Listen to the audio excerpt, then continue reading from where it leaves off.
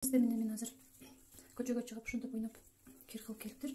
Сіздерге мен карандаш пятна гладительди менен кантип иштөө жолун көрсөтүп бермекчимин.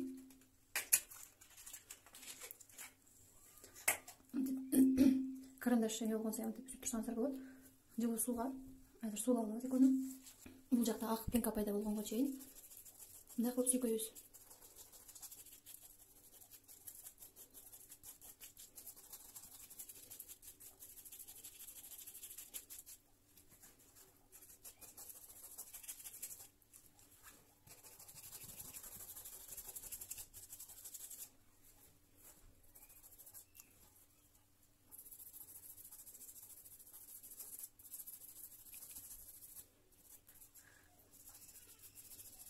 Ушинтип бүт кир болгон жерлерди, дак болгон жерлерге сүйкөп туруп, где-то 10-15 минут коюп туруп, андан кийин жууп саласыздар.